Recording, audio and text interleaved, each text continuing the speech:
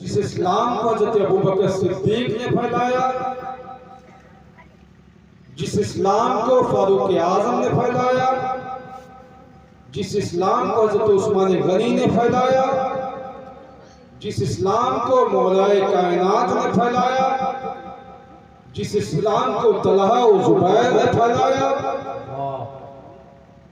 जो फैला हुआ इस्लाम आज हम तक पहुंचा है। इस्लाम किसी भी मुल्क में हो, किसी भी समाज में हो, किसी भी फिजाओं में हो, किसी भी कल्चर के बीच में हो, इस्लाम कभी नहीं बदलता, इस्लाम वही रहता है। तो इस्लाम तो कभी नहीं बदलने वाला है। हो सकता है कि इस्लाम के मानने वाले बदल जाए।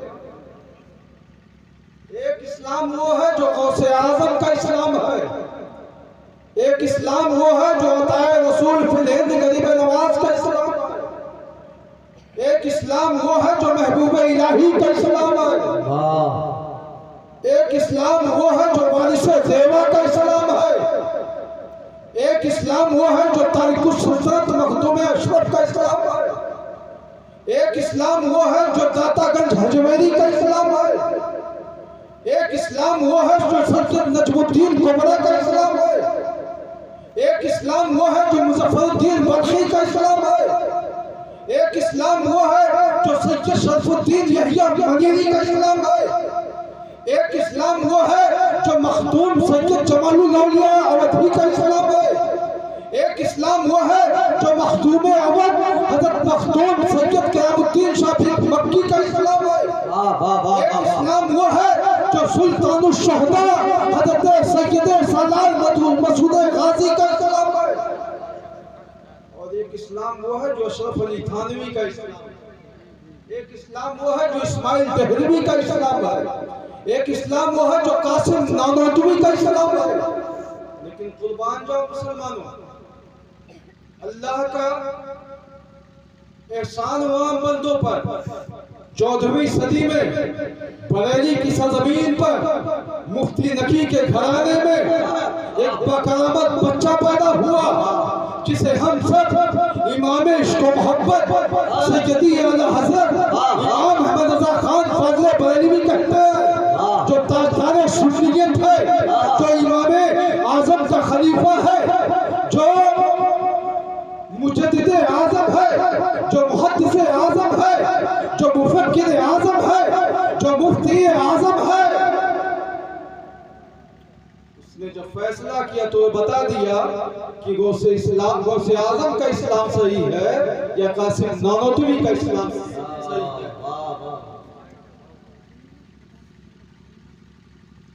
जब आपके फतवे के सदमे ये लोग आए तो सब पर कुफ्र का फतवा लगा कि अशरफ अली थानवी मुसलमान तो नहीं हो सकता, ये काफिर है। कासिम नानोतवी ये मुसलमान नहीं हो सकता, ये काफिर है। खलील अहमद अम्बेडवी मुसलमान नहीं हो सकता, ये काफिर है। तो पता ही क्या चला, जिसका अकीदा गौसे आज़म से मैच है, जिसका अकीदा गरीब नवाज से मैच है, जिसका अकीदा मखदूम अशरफ से मैच है, जिसका अकीदा मखदूम अवध से मैच है, वही सही मानों में मुसलमान है। सुभान अल्लाह, सुभान अल्लाह। तो इस पर तो हमें बात ही खत्म कर देनी चाहिए कि किसके यहाँ शादी में जाना है, किसके यहाँ नहीं जाना है, किसके यहाँ अपनी बेटी की शादी करनी है, किसकी बेटी को अपने घर लाना है। इस पर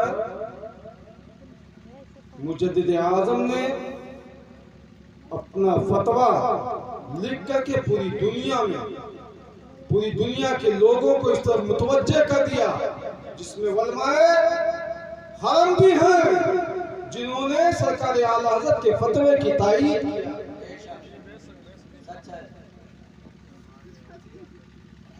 रोज़े क़यामत तक जो खलील अहमद अम्बेडवी इस इस्माइल दहलवी इन जैसे बदअकीदों को अपना इमाम मानते होंगे।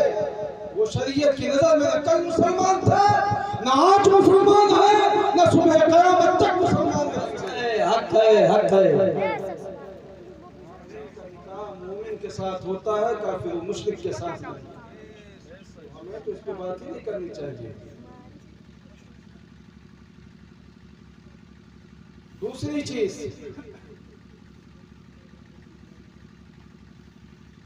हम अहले इस्लाम तो है और मुसलमान हैं,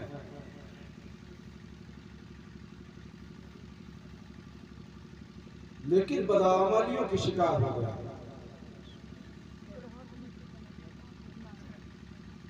नमाजों से हमारा वास्ता नहीं,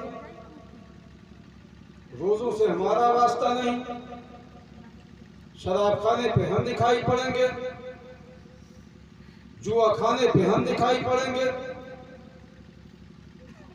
ताश के पत्ते बिखेरते हुए हम दिखाई पड़ेंगे, ज़नाकारी में हम मुलव्विस हैं, लोगों के हुकूक हम मार रहे हैं, माँ बाप को मादरजात गालियां हम दे रहे हैं, बद अखलाकियां हमारे अंदर पाई जाती हैं, बड़ों की इज्जत करना हम नहीं जानते, अपने उलमा की तौहीन हम करते हैं, अपने मशाइख की तौहीन हम करते हैं।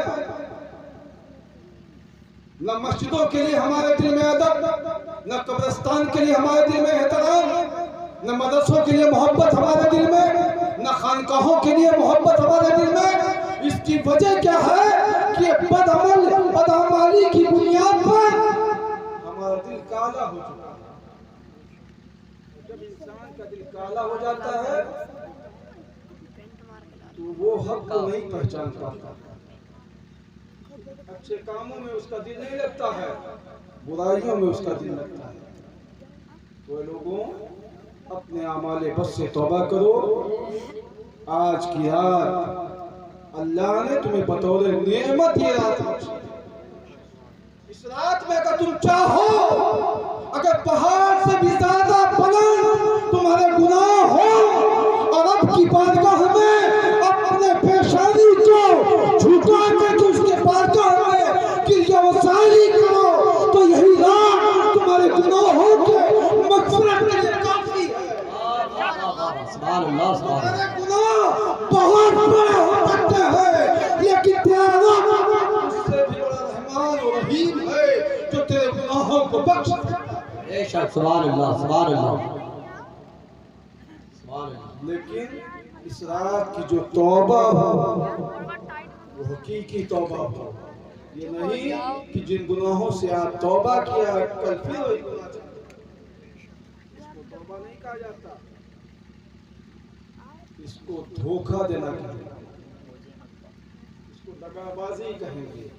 तो लोगों, आज सिर्फ दिली के साथ अपने रब की बारगाह में अपने गुनाहों से तौबा करें। आपके बदअमलियों की बुनियाद पर, हम जैसे लोगों के बदअमलियों की बुनियाद पर हमारी नस्लें तबाह बर्बाद हो। आज वजह क्या है? पूरा फिलिस्तीन बिलख रहा है। फिलिस्तीन की सरजमीन पर वो माए, वो बहनें, वो बच्चे, उनसे रिश्ता हमारा क्या है? वो हमारे बेटे हैं, वो हमारे भाई हैं, वो हमारी बहनें हैं, वो हमारी माए हैं। ये रिश्ता किसने दिया है? इस्लाम ने हमें दिया। आपको तकलीफ होती है? न जाने कितनी बेटियों के साथ ज़नाकारी की गई है, न जाने कितने बच्चों को मार दिया गया है, न जाने कितने नौजवानों को कत्ल कर दिया गया है, न जाने कितने मुसलमान फिलिस्तीन की सरजमीन पर बेघर हो चुके हैं। क्या इस बात का अंदाजा है हमको?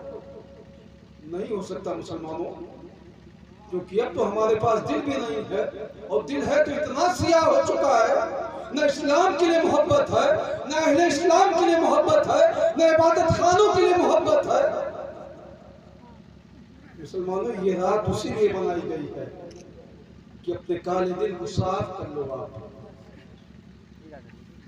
एक दिन वो था, अरब की सरजमीन पर मुसलमान रहते थे, हजारों किलोमीटर की दूरी पर उसके एक बहन की इज्जत लूटी जाती थी तो पूरा अरब बिलख उठता था। आज हमें क्या हो गया है? आज हमारे पड़ोस के भाई को सताया जाता है, आज हमारे खानदान के बेटे ही को मारा जाता है, आज हमारे पड़ोस की बेटी ही की इज्जत लूटी जाती है। हमें तकलीफ नहीं, कहीं ना कहीं वजह यही है कि जिस मोमिन होने का हम दावा करते हैं, शायद वो हम नहीं। अगर होते तो मेरे पैगंबर ने तो फरमाया था कि तमाम मुसलमान एक जिस्म एक जान की तरह है। एक मुसलमान को तकलीफ हो तो उसका एहसास सबको होना चाहिए। आज हमें क्यों नहीं होता? उसकी वजह कि हम इतने बदअमल हो चुके हैं कि अल्लाह का खौफ हमारे दिल से निकल चुका है। उसके महबूब की मोहब्बत का दावा तो हम करते हैं, लेकिन हकीकी मानों में उसके महबूब से हम मोहब्बत नहीं करते। अगर अल्लाह का खौफ हमारे दिल में होता, अगर उसके महबूब की मोहब्बत होती, तो दूसरों की परेशानी पर हमें परेशानी का एहसास होता। मुसलमानों, अपने काले दिल को आपको साफ करना पड़ेगा, सही मानों में मोमिन बनना पड़ेगा, वरना आपकी नस्लों को तबाह बर्बाद होने से कोई बचा नहीं सकता।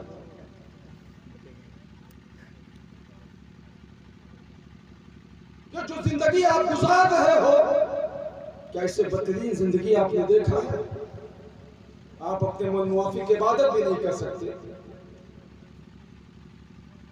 आप खुले तौर पर कहीं घूम भी नहीं सकते, आप समाज में बैठकर अपनी आवाज भी नहीं बुलंद कर सकते, आप अपने हुकूक का दावा भी नहीं कर सकते, आप अपने मजहब की बात भी नहीं कर सकते। अगर ऐसा ना होता तो चंद दिनों पहले हमारा भाई सलाखों के पीछे न गया होता। क्या उसके जाने पर आपको तकलीफ हुई? नहीं हुई मुसलमानों। और अफसोस तो तब होता है जब आपका कोई कायद खड़ा होता है, जब आपकी कोई रहनुमाई करना चाहता है, जब आपकी कोई पेशवा बनना चाहता है, जब आपके लिए कोई इंसाफ का तलबगार उठ करके सामने आता है, तो आप उसे बी टीम कहते हो। मुसलमानों, हिंदुस्तान के बड़े बड़े पीरों की जबान जब सली हुई थी, खानकाहों के मुंह पे ताला लगा हुआ था, बड़े बड़े पैसे वाले मुसलमान कुछ बोल नहीं पा रहे थे, उस दिन भी उसी जमात का कायद खड़ा हुआ था जिसे आप बी टीम कहते हो। एक मर्द मुजाहिद बॉम्बे की सरजमीन पर उस वक्त तक डटा हुआ था जब तक उसे बॉम्बे की सरजमीन से गुजरात की सरजमीन पर ट्रांसफर नहीं किया गया। पार्लियामेंट में भी अगर किसी ने आवाज बुलंद की तो उसे मर्द मुजाहिद ने बुलंद की थी। आज भी आप उसे अपना कायद नहीं मानते हो। जब तलाक का बिल इस हिंदुस्तान में पास किया गया तो पार्लियामेंट में खड़े होकर के उस बिल को उसी ने फाड़ा था। जब एनआरसी और सीए की बात हुई तो सबसे पहले उसी ने आवाज बुलंद किया था। जब बाबरी मस्जिद पर फैसला आया तो उसी ने सबसे पहले आवाज बुलंद किया। आज जब आपके अकाली दीन को सलाखों के पीछे डाला गया, क्या उसने अपने घर की बात किया था? उसने बात किया था उस पैगंबर की जिसका लाया हुआ कलमा सब पढ़ते हो। तो किसी ने एहतजाज नहीं किया, सिर्फ उसी मर्द मुजाहिद ने आवाज बुलंद किया। तो मुसलमानों, बी टीम कहते कि तुम्हें गुमराह किया जाता है। जो लोग बी टीम कहते हैं वो तुम्हारे तक मैसेज देना चाहते हैं। ये हमारी ही तरह है, तुम इसे अपना न समझो। हिंदुस्तान की कोई भी पार्टी हो वो ये नहीं चाहती है हिंदुस्तान की सरजमीन पे कोई तुम्हारा कायद पैदा हो, हिंदुस्तान की सरजमीन पे मुसलमानों की कोई पार्टी हो। और काश बंटवारे के बाद मुसलमानों ने अपनी पार्टी बना लिया होता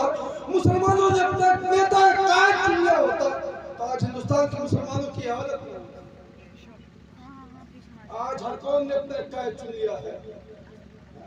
आज जो लाख 2 लाख की तादाद में है उनका भी अपना एक नेता कैद है, लेकिन 30 करोड़ हम हैं, उसके बावजूद भी ना हमारा कोई नेता है, ना कोई रहबर, ना कोई पेशवा, ना कोई कायद है, इसलिए कि वो सलाहियत हमसे छीनी जा चुकी है।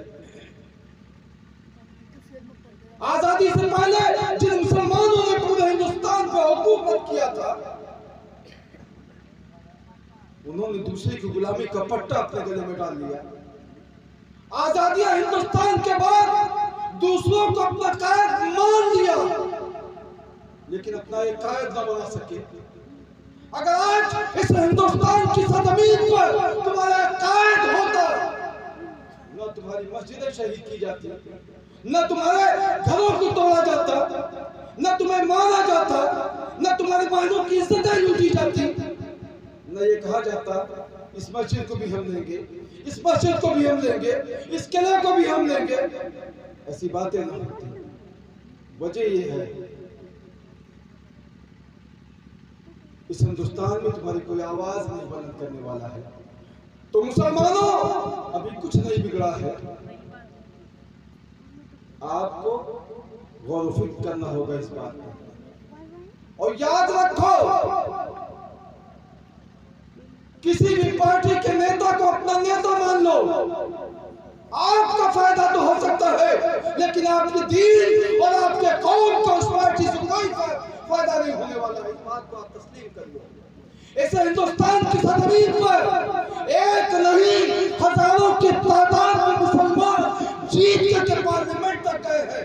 मुझे बता दो कि मुसलमानों को उससे कोई फायदा हुआ हो या इस्लाम को उससे कोई फायदा हुआ हो?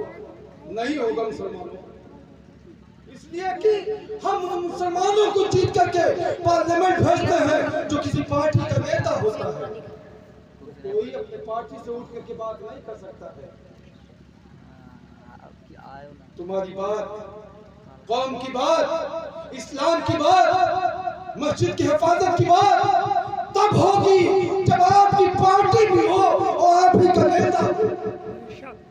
ये तुम्हें करना होगा, वरना अल्लामा इकबाल ने बहुत पहले कह दिया था, न समझोगे तो मिट जाओगे। ए हिंदी मुसलमानों, तुम्हारी दास्तां तक न होगी दास्तां।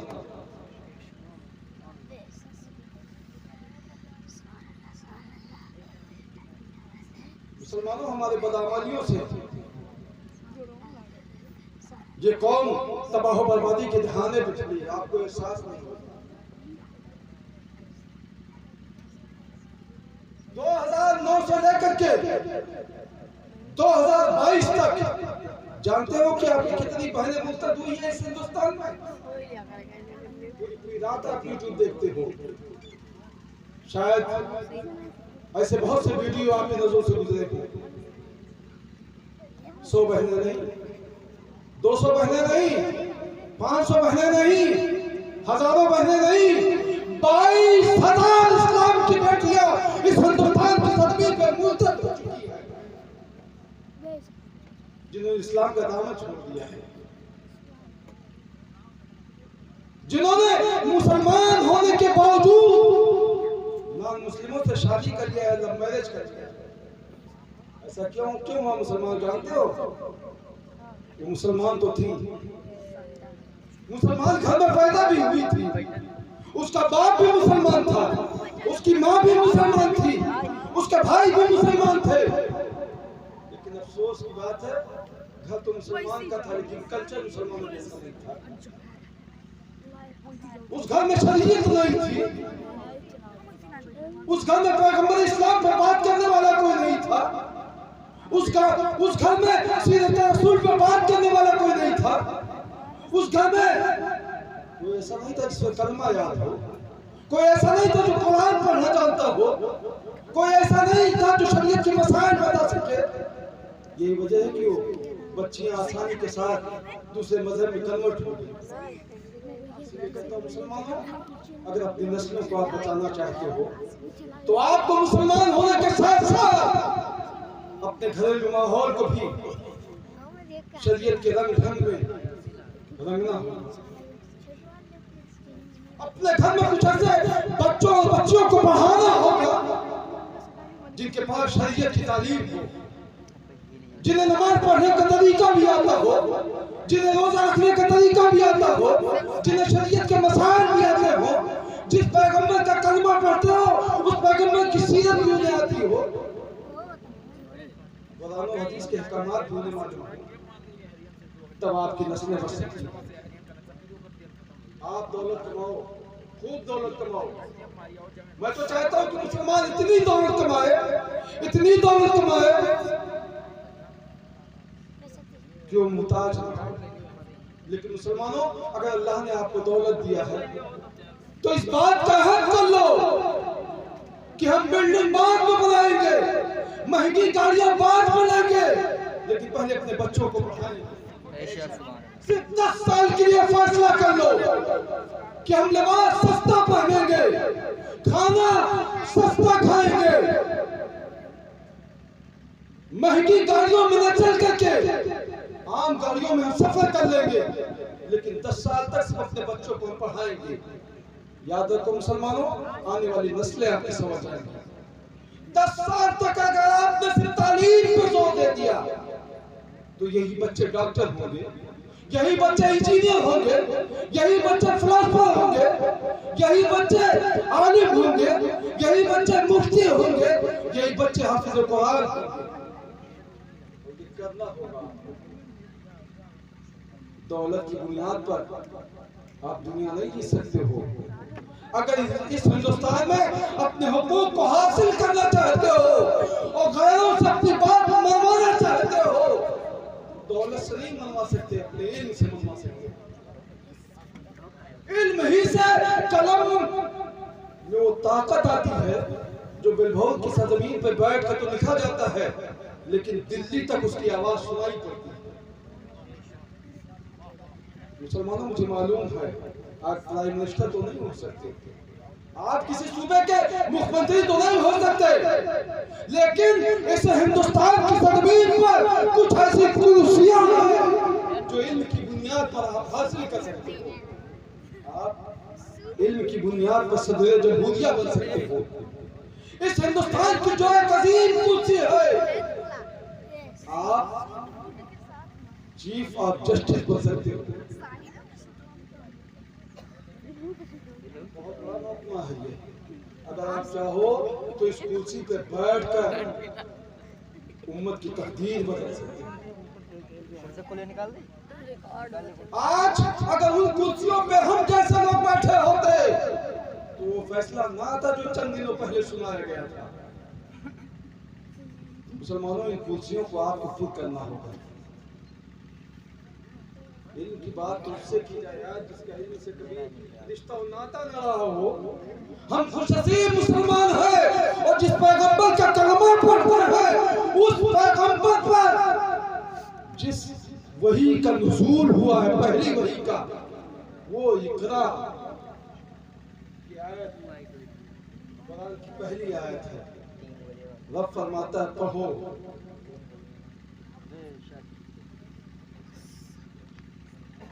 आज वो कौन जाहिल है? पहले मुसलमानों की हालत नहीं थी। मुसलमानों, आप सोचो कि मुसलमान हमेशा जाहिल थे, नहीं। ये जहालत 100 साल में फैली है। इनसे रिश्ता हमारा 100 साल से खत्म हुआ है। मुसलमानों ने इल्म की बुनियाद पर चादर सूरत पे कमंदे डाली। मुसलमानों ने बताया कि हवाई जहाज कैसे उड़ाया जाएगा, मिसाइल कैसे बनाई जाएगी, बारूद कैसे बनाया जाएगा, बम कैसे बनाया जाएगा। सुई और धागा किसी और ने नहीं बनाया है, मुसलमानों ही ने बनाया है। क्या जाहिल मुसलमान वो थे? पढ़े लिखे मुसलमान थे। मस्जिद कतबा का नाम आपने नहीं सुना होगा। एक मस्जिद थी, उस मस्जिद में एक मुसलमानों की यूनिवर्सिटी चलती थी। इतनी अजीम यूनिवर्सिटी थी, जानते हो, जहाँ पे सिर्फ मुसलमान बच्चे नहीं पढ़ते थे। जैसे आज हम कॉन्वेंट स्कूलों पे जाते हैं, लाइन में लगे रहते हैं, सर मेरे बच्चे का एडमिशन कर दो, आप जो कहोगे मैं दूंगा। 5,000 10,000 महीने फीस देने के लिए आप तैयार रहते हो। क्यों? मेरे बच्चे को इंग्लिश बोलना आ जाए। मुसलमानों, यही हाल था मस्जिद कतबा की यूनिवर्सिटी का। जो मस्जिद भी थी वो मुसलमानों का बहुत बड़ा स्कूल और कॉलेज था, जहां पर मुसलमान माँ बाप अपने बच्चों को के एडमिशन के लिए लाइन में नहीं लगते थे। पूरा यूरोप और पूरा एशिया के यहूद और नसरानी अपने बच्चों के एडमिशन के लिए लाइन में खड़े रहते थे। मस्जिद कतबा में मेरे बच्चे का एडमिशन कर दिया जाए। आप अपनी तारीख नहीं पढ़ते मुसलमानों। और जब उस मदरसे में बच्चों का एडमिशन हो जाता था तो यूरोप को जब वापस जाते थे, कोई अमेरिका से आता था, कोई फ्रांस से, कोई जर्मनी से, वो अपने मुल्क में जाकर के एक बहुत बड़ी तकरीब करते थे। लोग उनसे पूछते थे किस बात की खुशी मनाई जाती जा रही है, तो ईसाई कहता था कि मस्जिद कतबा में मेरे बच्चे का एडमिशन ले दिया गया। उस मदरसे से क्या जानते हो आप?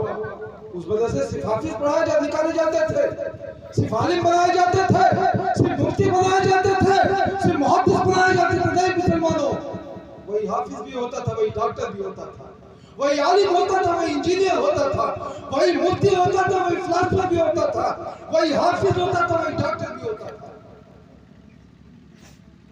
तब इस्लाम पूरी दुनिया में फैला था। जब तक दोनों तालीम आपके पास नहीं होगी आप तरक्की नहीं कर सकते। कभी आपने इस वजह को जानने की कोशिश किया है कि आज आप 10 लाख रुपए लगा के जलसा कर लो, बड़ा से बड़ा खतीब बुला लो, आपके जलसों में न मुसलमान डॉक्टर दिखाई पड़ते हैं, न मुसलमान इंजीनियर दिखाई पड़ते हैं, न मुसलमान साइंसदान दिखाई पड़ते हैं। वजह क्या है? वजह यही है कि खालिस उन्होंने दुनिया की तालीम हासिल किया है, उन्हें आलिमों की बात समझ में नहीं आती। यही वजह है कि डॉक्टरों की कमी नहीं है, इंजीनियरों की कमी नहीं है। वो मुसलमान तो हैं, डॉक्टर भी तो हैं, लेकिन इस्लाम की समझ नहीं है, शरीयत की समझ नहीं है। इसलिए वो अपने डॉक्टरी से अपनी दुनिया तो बना रहे हैं, न उससे इस्लाम का कोई फायदा होगा न मुसलमानों का कोई फायदा होगा। इसलिए हम चाहते हैं उस बच्चे, जिस बच्चे को आप डॉक्टर बनाओ उसके पास दीनी तालीम भी हो, जिस बच्चे को आप वकील बनाओ उनके पास दीनी तालीम भी हो। उसका फायदा क्या होगा? जब वो कचहरी में खड़ा होगा, कोर्ट में बहस करेगा, तो उसके दिल में एहसास होगा कि हम इंजीनियर, कि हम वकील बाद में हैं, पहले मुसलमान हैं और पैगंबर खुदा के मानने। तो लोगों, इस बात का अहद कर लो आप कि आज के बाद आप अपने बच्चों को पढ़ाओगे और आला तालीम दोगे। ये वक्त की जरूरत है। अगर आप अपने आने वाली नस्लों का मुस्तकबिल अच्छा चाहते हो, अगर यही चाहते हो जिस घुटन की जिंदगी आप गुजार रहे हो आपकी आने वाली नस्लें गुजारें, कोई बात नहीं है। अभी आपकी जो हालत है बहुत बेहतर है। अगर आपने इस हालत को नहीं संभाला और अपने नई नस्लों को तालीम की तरफ उन्हें आगे नहीं बढ़ाया तो इससे बेहतरीन हालत होगी। तो मुसलमानों इस जलसे से एक पैगाम लेकर के जाओ कि आप अपने बड़ों की इज्जत करोगे, आप अपने रब की इबादत करोगे, अपने गुनाहों से माफी मांगोगे और अपने बच्चों को आला तालीम दोगे और अपने माँ बाप की इज्जत करोगे, अपने वलमा को अपना पेशवा और रहबर मानोगे। बस इन्हीं बातों के साथ अपनी बात को खत्म कर देते हैं। और इस बात की मैं आपको दावत देता हूँ कि आप खुशनसीब मुसलमान हैं कि ऐसे सरजमीन पर रहते हैं जहाँ पर एक पैगंबर की मज़ार पुर अनवार है। उनका 2 दिन का वो सलाफा कुछ उसको एहतशाम के साथ मनाया जा रहा है, जिसका आज पहला दिन था। ये आपकी मोहब्बत है कि मैं उस तकरीब सईद को छोड़ करके आपके इस मजलिस तक मैं पहुँचा हूँ।